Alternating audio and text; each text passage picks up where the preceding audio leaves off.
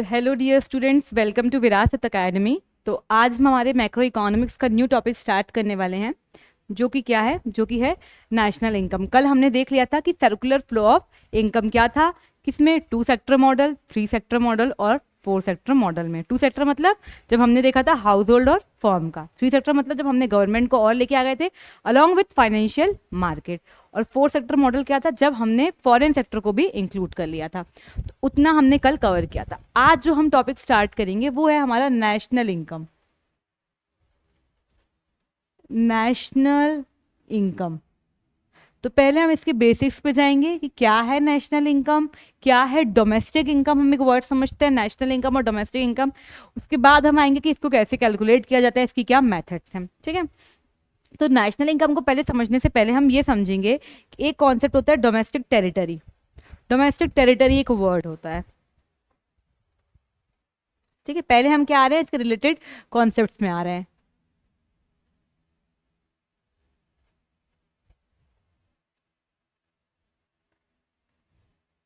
Of national income हम देखते हैं।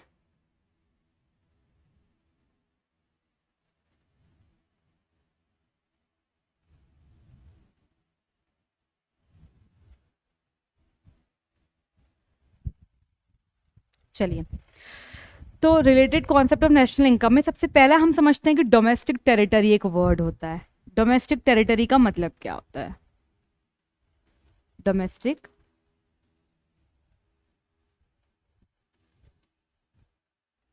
टेरिटरी, डोमेस्टिक टेरिटरी को हम ऐसे समझ सकते हैं कि जो पॉलिटिकल बाउंड्री है, जो भी पॉलिटिकल बाउंड्री है, मतलब जिसको गवर्नमेंट बोल सकते हैं कि अपना हम मान रहे हैं। ठीक है, पॉलिटिकली हम जिसको हम हमारा मान रहे हैं उसको हम बोलते हैं डोमेस्टिक टेरिटरी, पॉलिटिकल बाउंड्री। ठीक है, तो डोमेस्टिक टेरिटरी का मतलब क्या है? Political boundary. ठीक है, बिटवीन टू कंट्रीज। तो ये है हमारा डोमेस्टिक टेरिटरी। अब जैसे देखो, हमारी एक एमएस ऑफिस है। एमएस ऑफिस यहाँ की तो कंपनी नहीं है, एमएस ऑफिस बाहर की कंपनी, बट उसका अगर एक ऑफिस इंडिया में है, ठीक है, अगर एमएस ऑफिस का एक ऑफिस, एमएस जो है माइक्रोसॉफ्ट का अगर एक ऑफिस हमारे इंडिया में है, ठीक है, Microsoft office located in India, तो ये हमारी डोमेस्टिक टेरिटरी में आएगा।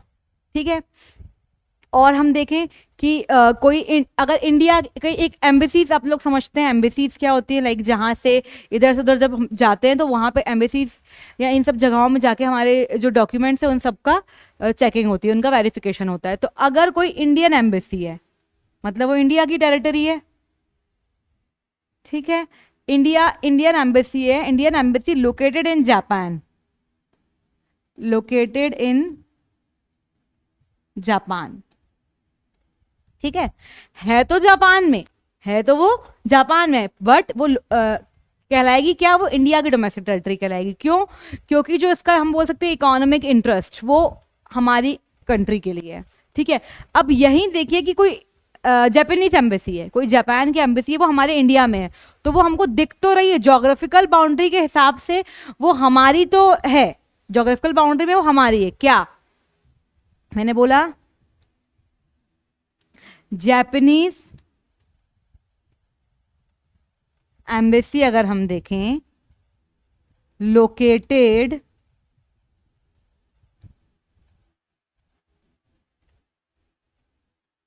लोकेटेड इन इंडिया, तो ये अकॉर्डिंग टू मैप तो हमारे यहाँ पे है, बट अगर टेरिटरी के हिसाब से, डोमेस्टिक टेरिटरी के हिसाब से ये हमारी टेरिटरी नहीं कंसिडर की जाएगी, ये जापान की डोमेस्टिक टेरिटरी की जाएगी, ये हमारी जोग्राफिकल टेरिटरी कंसिडर की जाएगी। ठीक है, क्योंकि हमारी जोग्राफी के अंदर आ रही है। और क्या देख सकते हैं, कोई ऐसा शिप या एयरक्राफ्ट है, ठीक है, शिप या एयरक्राफ्ट, शिप और एयरक्राफ्ट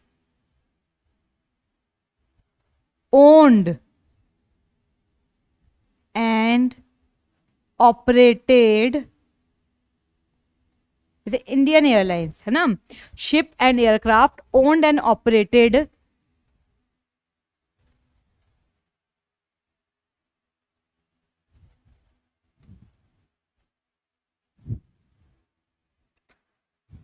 owned and operated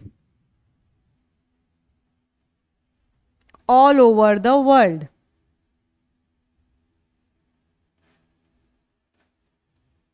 ठीक है, तो कहीं पे भी वर्ल्ड में हो, बट अगर वो उसका ओनर हमारी कंट्री का है, ठीक है, उसको ऑपरेट हमारी कंट्री का कोई इंसान कर रहा है, तो वो किस में आएगी, वो हमारी डोमेस्टिक टेरिटरी में उसको हम लोग कंसिडर करेंगे।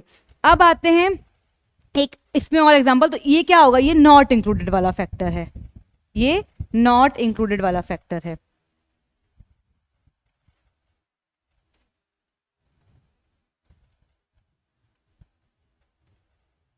ठीक है, और हम क्या देख सकते हैं, और क्या नहीं इंक्लूड होगा, और कोई इंटरनेशनल ऑर्गेनाइजेशंस हैं, जैसे इंटरनेशनल ऑर्गेनाइजेशन, जैसे हम ले लें,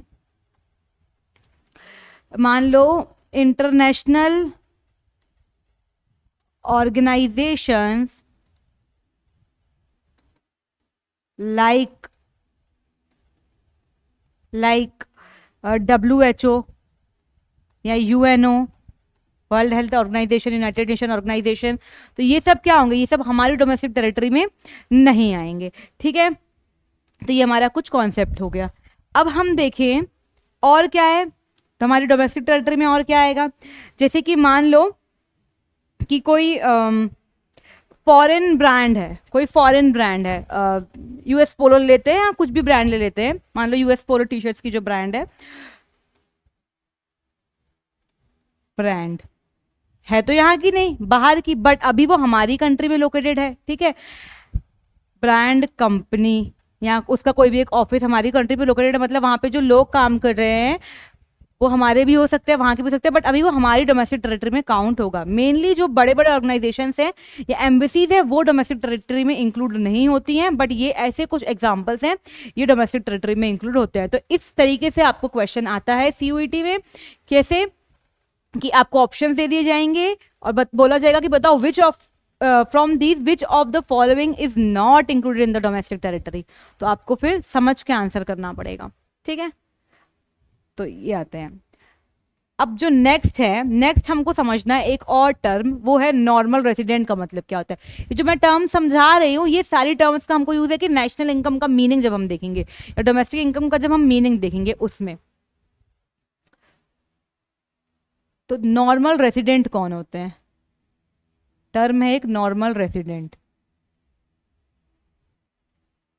अब नॉर्मल रेसिडेंट कौन होते हैं, तो नॉर्मल रेसिडेंट कौन होगा ये पता चलेगा दो तरीके से।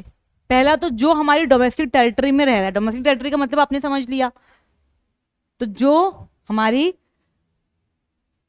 Who lives in the domestic territory,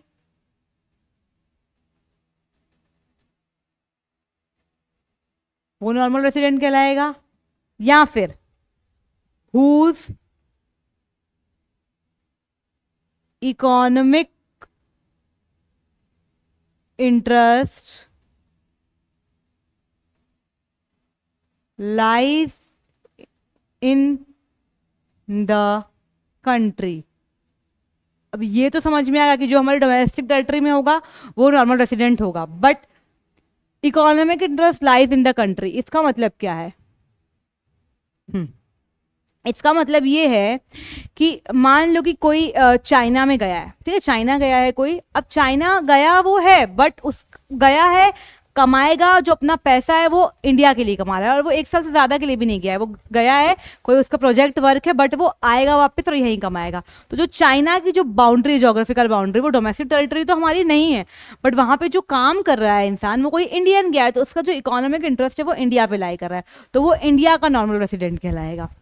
ठीक है, तो ये होता है नॉर्मल रेसिडेंट का मतलब। अब यहाँ से आपको एक समझ में चीज़ लग रही होगी, नॉर्मल रेसिडेंट तो वो NRIs कौन होते हैं, नॉन रेसिडेंट इंडियंस जिसको हम बोलते हैं। तो यहाँ से एक टर्म और आती है, एक होता है सिटीजनशिप, एक है सिटीजनशिप का मतलब, एक हम बोलते हैं ना कि उसको वहाँ की सिटीजनशिप मिल गई, और एक होता है रेसिडेंटशिप।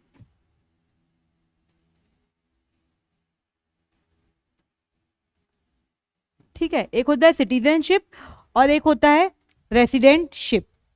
अब सिटीजनशिप का मतलब क्या होता है? सिटीजनशिप मीन्स अगर कब होंगे हमको सिटीजनशिप, कब मिलेगी कहीं किसी भी कंट्री की, या तो हम वहां पे पैदा हुए हों, बॉर्न,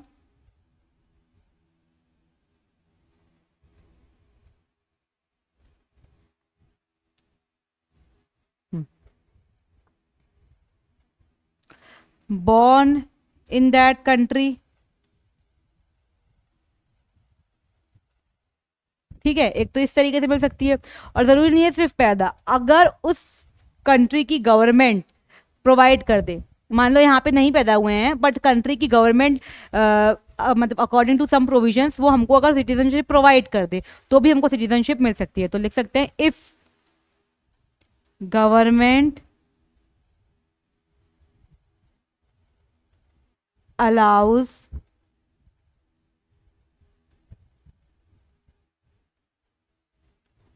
on various verification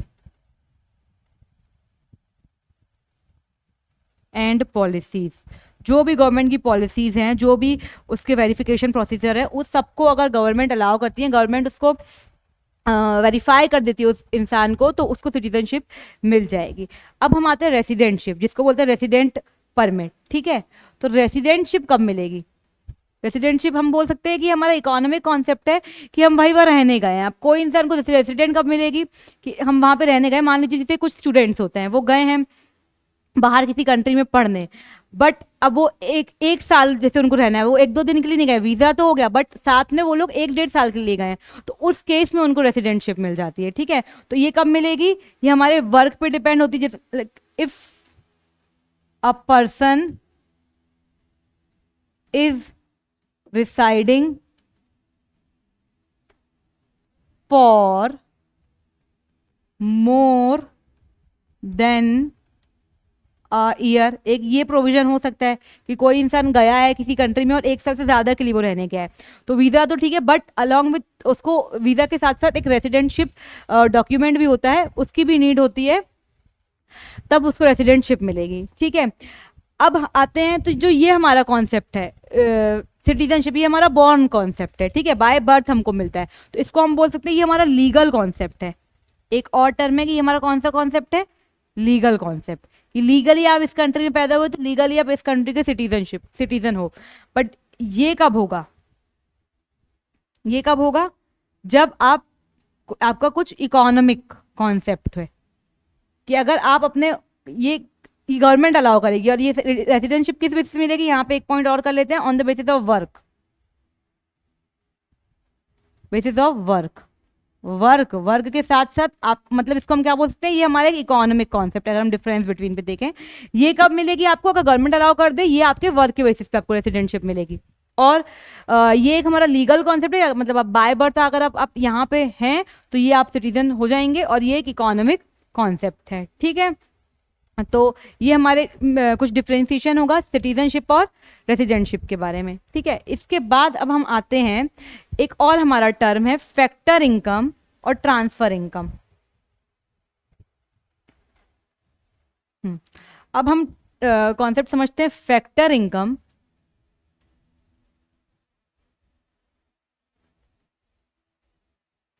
और एक होती है ट्रांसफर इनकम।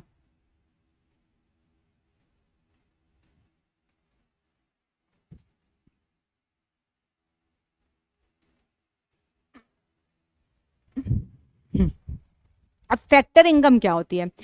फैक्टर इनकम जो हमने ऑलरेडी अभी देखी थी कल की क्लास में, हमने क्या देखा था? सर्कुलर फ्लो ऑफ इनकम में हमने देखा था कि जो हाउस होल्ड होते हैं वो फर्म को क्या देते हैं? फैक्टर सर्विसेज, मतलब land, labour, capital and entrepreneurship. बदले में फर्म्स क्या देते हैं हाउस होल्ड को? Factor payment. फैक्टर पेमेंट मतलब rent, wages, interest and profit. तो जो फैक्टर पेमेंट देंगे कौन? फर्म देगा हाउस होल्ड को, वही हाउस होल्ड के लिए क्या होंगी? Factor income. तो हम फैक्टर इनकम को बोल सकते हैं कि ये टू साइडेड है, जब अगर हाउस होल्ड कुछ देगी तो जब बदले में मिले, ठीक है, तो उसको बोल सकते हैं फैक्टर इनकम। तो ये क्या होती है? Based on goods and services given, कि फैक्टर इनकम क्या होगी, कि क्या गुड्स दिया है या क्या सर्विस प्रोवाइड किया है तो उसके बदले में जो हमको रिसीव होगा उसको हम बोलेंगे factor income. But transfer income को हम नहीं बोलते, ट्रांसफर इनकम के बदले हमको कुछ नहीं देना या लेना पड़ता है, तो does not need any kind of exchange. तो ये हो जाएगी हमारी ट्रांसफर इनकम। तो ट्रांसफर इनकम इसको हम बोलते हैं फैक्टर इनकम, जो है इसका एक और नाम होता है two sided income. Two sided income क्यों? क्योंकि इसके दो साइड है, एक है सर्विसेज देना, सर्विसेज के बदले में पेमेंट मिलना या इनकम रिसीव होना, टू साइडेड इनकम। इसको हम बोलते हैं वन साइडेड, क्या बोलते हैं? वन साइडेड इनकम, या फिर इसको हम एक नाम से और जानते हैं, बोलते हैं यूनिलेटरल इनकम या यूनिलेटरल पेमेंट। फर्म करेगी तो इसके लिए पेमेंट है, और जो हाउस होल्ड है, हाउस होल्ड के लिए यूनिलेटरल इनकम हो जाएगी वन साइडेड। क्या होती है? जैसे ट्रांसफर इनकम मैंने बताया था, पेंशन मिलना, ठीक है, यहाँ बोनस मिलना, ये सब हमारे क्या होते हैं? वन साइडेड इनकम के टाइप्स हो गए, ठीक है। तो टू साइडेड इनकम में हम इसका एग्जाम्पल क्या हो जाएगा? एग्जाम्पल में है जैसे rent, interest, profit, wages, salaries, ये सब क्या है? कुछ ना कुछ काम किया होगा या कुछ ना कुछ गुड्स या सर्विसेज प्रोवाइड की होंगी तो उसके बदले में मिला होगा। बट इसका एग्जाम्पल क्या है? पेंशन, बोनस, गिफ्ट, ठीक है। जब हम लोग नेशनल इनकम कॉन्सेप्ट देखेंगे और डोमेस्टिक इनकम कॉन्सेप्ट देखेंगे तो उस टाइम में हम फैक्टर इनकम की बात करते हैं, ना कि ट्रांसफर इनकम की, ठीक है। तो अब मैंने क्या दो वर्ड बोले? मैंने बोला नेशनल इनकम और डोमेस्टिक इनकम। तो यहां से जो हमारा एक्चुअल टॉपिक है वो स्टार्ट होता है, नेशनल इनकम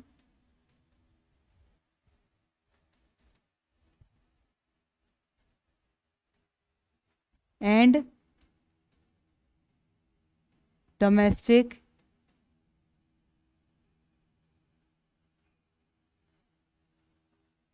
इनकम, ठीक है। नेशनल इनकम और डोमेस्टिक इनकम। तो नेशनल इनकम क्या होंगी? वो फैक्टर इनकम जो कि हमारी नेशनल बाउंड्री के अंदर आएंगी, और डोमेस्टिक इनकम वो इनकम जो कि हमारी डोमेस्टिक टेरिटरी के अंदर आएंगी, वो हमारी डोमेस्टिक इनकम कहलाएगी,